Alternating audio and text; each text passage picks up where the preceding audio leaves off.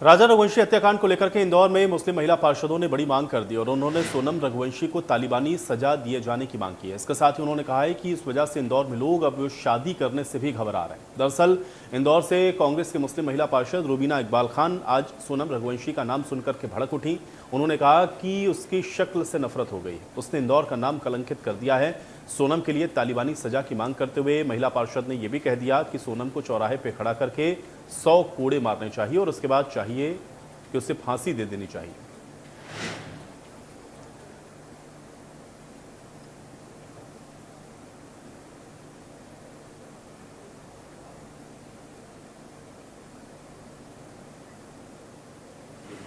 देखो, सोनम ने पूरे इंदौर शहर का नाम कलंकित करा है। एक हमारा इंदौर जिसका पूरे वर्ल्ड में नाम है कि हमेशा स्वच्छता में स्वच्छ आता है, मगर ऐसी हरकत करी सोनम ने जिससे पूरा समझ लीजिए कि पूरा समाज, चाहे वो हम मुस्लिम हो, चाहे हिंदू हो, चाहे कोई भी हो, ये बहुत गलत उसने काम किया है।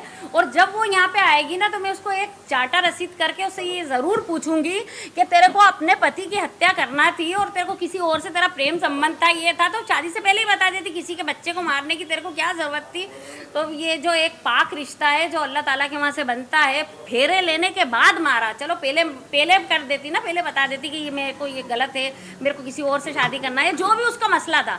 लेकिन सोनम ने जो करा बहुत गलत करा और मैं इसका पूरी तरीके से पुरजोर विरोध करती हूँ। और मेरे को जब उसकी वीडियो सामने आती ना, मैं उसको हटा देती हूँ। मुझे उसकी शक्ल से नफरत हो गई, मैं देखना ही नहीं चाहती उसकी शक्ल। सोनम नाम से ही अब नफरत हो गई। हाँ बिल्कुल, सोनम नाम से सच में, सोनम मतलब, सोनम का मतलब मेरे ख्याल से सोना ही होता है, तो वो मिट्टी से भी गई गुजरी निकली, क्या सोना है। तो सोनम के ऊपर एक बार फिर से शहर काजी डॉक्टर इशरत अली भड़क गए हैं। सोनम रघुवंशी के नाम पर इंदौर के शहर काजी भड़क गए। सोनम ने जो किया उसके लिए माता पिता जिम्मेदार, ये बात उन्होंने कही। जब परवरिश अच्छे से नहीं होती तो बच्चे सोनम बनते हैं। सिर्फ बच्चे पैदा नहीं करें, उनको संस्कार भी दें, ये बात शहर काजी ने कही। सोनम के परिवार से संस्कार में चूक हुई है। शहर काजी की ओर से यह बयान भी दिया गया है।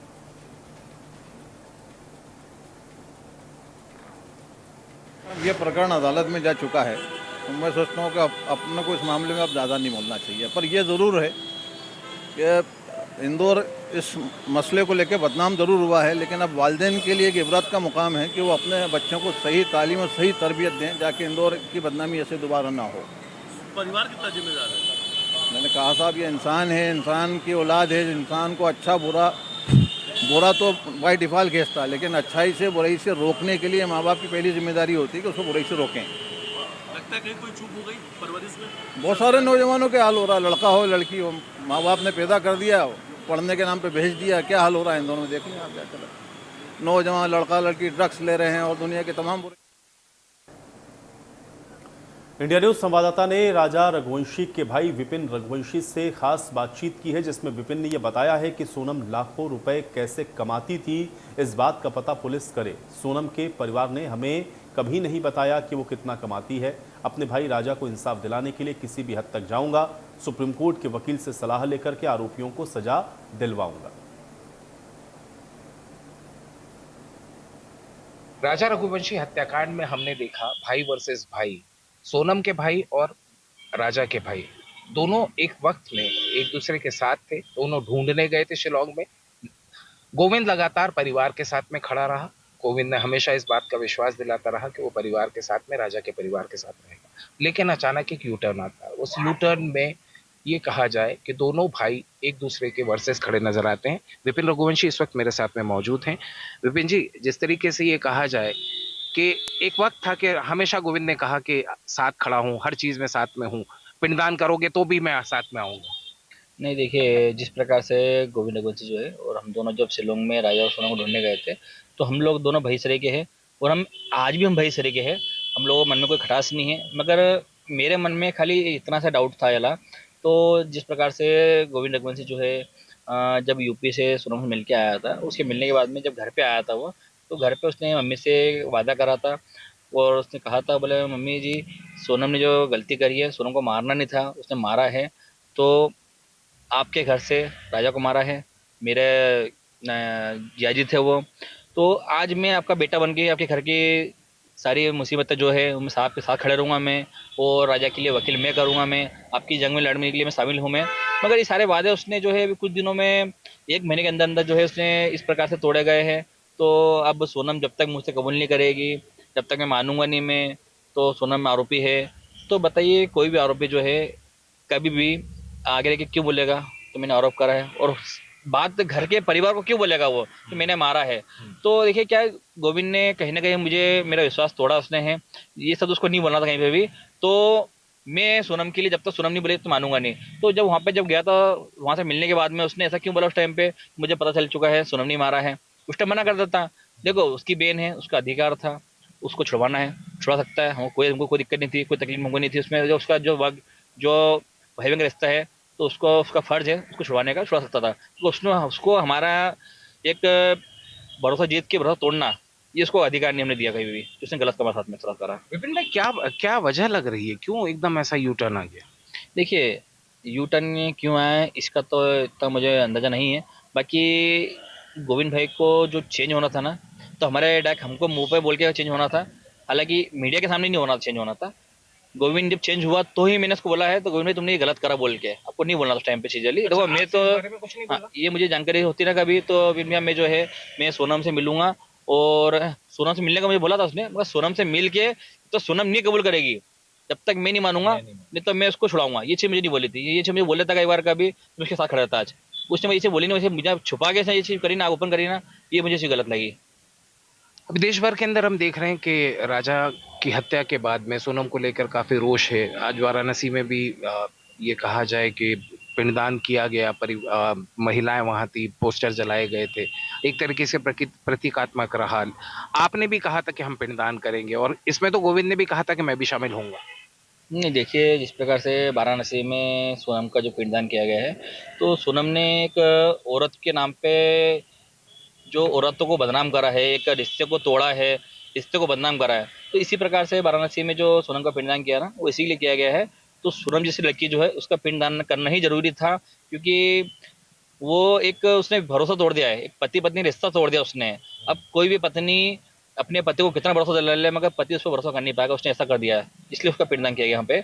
और हम लोग भी पिंडदान करेंगे, मगर हम कर सकते पिंडदान, मगर हमको अधिकार जब तक नहीं है, जब तक सोनम के माता पिता जो है, उनका भाई जो है, भाभी जो है, उनके परिवार के लोग जो है, जब तक स्वीकार नहीं कर लेंगे तो सोनम ने ही सब कुछ करा है, जब तक हम लोग पिंडदान कैसे कर सकते हैं? क्योंकि जब तक अभी तक उनके घर परिवार वाले कोई मानव राजी नहीं है, सोनम ने गलत करा है। और आज वो मीडिया में बोल रहे हैं, तो सोनम जब तक खुद आगे मुझसे नहीं बोलेगी तो हम मानेंगे नहीं। तो पिंडदान तभी होगा जब वो ये मान लेंगे कि सोनम उनके लिए मर चुकी है, आप ये कहना चाह रहे हैं? हाँ, देखिए हमने इसको बहूना घर पे लाए थे। हम आज सोनम जीवित मिली है, सोनम जीवित नहीं मिलती कभी। तो हम जिस प्रकार से अपने राजा की हमने सारी हमने पूजा पाठ करी है, किया सब नियम से करी हमने, उस टाइप हम लोग सोनम का भी करते हैं। मगर हालांकि उसने ये सोनम जिंदा होने के बाद, सोनम जब पकड़ाई है, सोनम ने आरोप करा है, तो उसमें हमारा अधिकार खत्म हो गया है तब से पिंडदान करने का, क्योंकि सोनम ने राजा को मारा है, इसलिए हम पिंडदान नहीं कर पाएंगे डायरेक्ट। विपिन जी, एक सवाल और मेरे दिमाग में हमेशा आता रहता है कि सोनम का परिवार हमेशा ये कह रहा है कि वो तो भाई बहन थे राज कुशवाहा, और वो लगातार इसी बात पे की जा रही है, जबकि पुलिस कह रही है कि प्रेम प्रसंग के मामले के अंदर हत्या हुई है। देखिए भाई बहन होंगे, ये मानते भाई बहन होंगे। अब आज जैसे कि गोविंद के पिताजी ने उस टाइम कहा था, तो मैं राज को नहीं जानता हूँ स्टार्टिंग में, 4 तारीख को जिन हुआ आया था राज, उसके बाद उन्होंने कहा हम जानता हूँ, और राज जो है हमारे घर पे जो है खाने में जाता होता रहता है, और इसको करीब जो है अपने 1 से 2 साल हुए हमारे यहाँ काम करते हुए है। फिर गोविंद की मम्मी ने कहा था इसी चीज 1 से 2 साल हुए है। फिर राज की मम्मी ने कहा था, तो गोविंद के यहाँ पे जो है सोनम के ऑफिस में जो काम करता राज हमारा है, उसको 1 से 1.5 साल हुए काम करते हुए। फिर राज गोविंद ने कहा 3 साल हुए। तो फिर इनके घर के परिवार सभी लोगों ने ये चीज़ें मीडिया में देखी, ये लोग तो 2 साल बोल रहा है, कोई 1.5 साल बोल रहा है, ये 3 साल बोल रहा है। तो फिर इन लोगों ने नियम बना लिया 3 साल का। फिर गोविंद कहता है ये 4 साल से हमारे रिश्ते बने हुए हैं, गोविंद हमारे पे अपने सोनम और राज जो है ये 4 साल राखी बांध रहे हैं। तो इन 4 सालों में कहीं ना कहीं किसी प्रकार की राखी बांधते हुए कोई फोटो तो होएगी, जो फोटो आज तक कहीं लीक क्यों नहीं करी इन लोगों ने? भाई बहन है तो इनको ये फोटो सामने लाना चाहिए। देखिए हमको रिश्ते, हमको मानते हैं तो दोनों भाई बहन थे, दोनों रिश्ता होगा भाई बहन का, और इन दोनों ने कुछ नहीं करा होगा। तो कहीं पे रिश्ते की जो बातें हैं उसको परिवार थ्रू कहीं ना कहीं एक फोटो तो होगी घर के अंदर। इस 4 सालों में 8 बार राखी बांधी होगी इन लोगों ने, एक फोटो साथ में होना चाहिए, टीका लगाते हुए, खाना खिलाते हुए घर के अंदर। आज बताइए गोविंद का दूसरा भाई जो है राज है कभी, तो उसके घर में इतने मेहमान आए हैं, कई मेहमानों के साथ में घर में खाना खिलाते हैं फोटो होना चाहिए, तिलक लगाते फोटो होना चाहिए। इतने 4 से 5 साल में इतने प्रोग्राम उनके हुए हैं, हर प्रोग्राम में कहीं ना कहीं साथ में सोनम होना के पिता ने एक बार ये बात भी कही थी कि वो उससे शादी क्यों करेगी, क्योंकि वो तो हमारे यहाँ एम्प्लॉय था, 14,000 रुपये, और हमारी बेटी तो लाखों रुपए कमाती है। इस तरह की भी बात आई थी। मैं वो लाखों रुपए की बात पे बाद में आऊंगा, पहले आपसे नहीं। देखिए गोविंद के पिताजी ने कहा जो है, तो सोनम तो लाखों में कमाती है, वो उसके साथ शादी हम लोग क्यों करेंगे। तो इसमें एक पॉइंट आप इससे नोट करना जरा सा। तो सोनम के पिताजी कहते हैं 3 से 4 लाख रुपए कमाती है, और राज जो है एक हमारा एम्प्लॉयर है, इसकी तनख्वाह 12 से 15 रुपए है। तो उन्होंने ये नहीं कहा कहीं पे भी इसमें तो सोनम और राज भाई बहन है, उन्होंने ये क्यों नहीं कहा सोनम दोनों राज दोनों भाई बहन है, उनकी शादी क्यों कराएंगे। उन्होंने विपिन जी, आपको पता था सोनम 4-5 लाख रुपए महीना कमाती? नहीं, देखिए पैसे का नॉलेज हमको इतना नहीं है, क्योंकि हम लोगों ने आज तक उनसे पूछा कभी भी नहीं है, तब कितना कमाता कितना नहीं कमाता, तो कि हमको सोनम की कमाई से हमको कोई मतलब ही नहीं है। ये कमाई आती कहाँ से होगी प्लाईवुड के बिजनेस में? क्योंकि गोविंद ने बीच में कहा था कि ये प्लाईवुड का बिजनेस है। बीच में एक बात ये भी आई थी कि हवाला में कहीं ना कहीं लिपटा है इनकी। राज काफी पैसा इन अकाउंट्स के अंदर जाता है। उनके एक मौसेरे भाई को भी चिन्हित किया गया था, जो कि देवास में रहता था। देखिए भैया, ये उनका जीवन है, उनने बिजनेस कैसे करा है कैसे नहीं करा है, मुझे इस बिजनेस से कोई लेन देन नहीं है। दूसरी बात, हमने सोनम को घर पे बहू बना के लाए थे, तो हमको सोनम के पैसे से मतलब भी नहीं है। मगर हमको इतना मतलब था, तो जिस प्रकार से आपके घर में आपके कोई परिवार में कोई व्यक्ति है, तो उनको मिलाना चाहिए हमारे को, जो कि हमको नहीं मिलाया गया। तो हमको उससे उससे हमको थोड़ी तकलीफ इसमें है, तो हमको पहले बता देते ये भाई बहन दोनों हैं, और आज ऐसी घटना होती है कभी, तो हम लोग उसी के साथ खड़े रहते। तो ये सब चीज़ें छुपाने से मिला क्या हमको चीज़ों से। और गोविंद की पिताजी का जो मतलब था ना बोलने का उस टाइम पे, तो सोनम 2 से 3 लाख महीना कमाती है, और आज क्या है, राज से 10-12 कमाता है।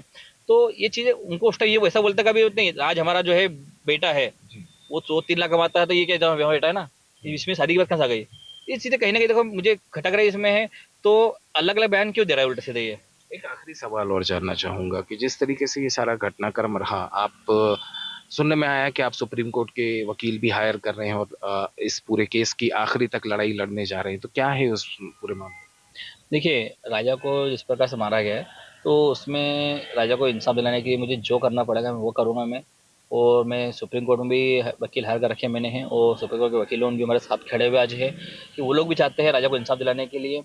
और शिलोंग हाई कोर्ट में जो है वहाँ पे अपील भी कर दी है मैंने, अपने इसके लिए नारकोटिक जांच के लिए अपील भी करी मैंने, वहाँ पे है मैंने। तो कहीं ना कहीं देखिए हम लोग पीछे हम लोग हटेंगे नहीं, राजा को इंसाफ दिलाने के लिए हमको जो करना पड़ेगा हमको वो करेंगे हम लोग। बच निकलने का आपको लग रहा है कि इनके पास में कुछ रास्ता बच रहा है क्या? क्योंकि आप बार बार नार्को की बात कर रहे हैं, परिवार अभी भी वही बात कह रहा है। देखिए, नार्को जांच का इसलिए मैं शुरू से पहले दिन से कह रहा हूँ मैं, क्योंकि सोनम ने कहीं ना कहीं पुलिस को आज भी गुमराह करके रखा हुआ है। जैसे 2 व्यक्ति जो थे इनके जो आरोपी थे, अपने आकाश ये लोग जो थे 2 जने, उन लोगों ने मैं कोर्ट में बयान चेंज करा था ऐसे। तो सोनम की प्लानिंग कहीं ना कहीं इसमें ऐसी लग रही मुझे है, तो वो कोर्ट में कहीं ना कहीं बयान चेंज करने की कोशिश करेगी वो।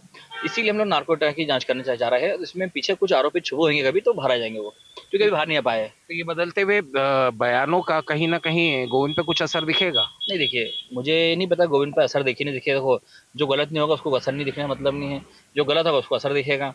तो सही गलत जो है ये पुलिस करेगी, पूरी जांच निकालेगी, सारी चीज़ वही सही रहेगी। इसमें मैं कुछ बोल सकता नहीं ज़्यादा। सर, इंडिया न्यूज़ से बात करने के लिए बहुत बहुत धन्यवाद। Thank you.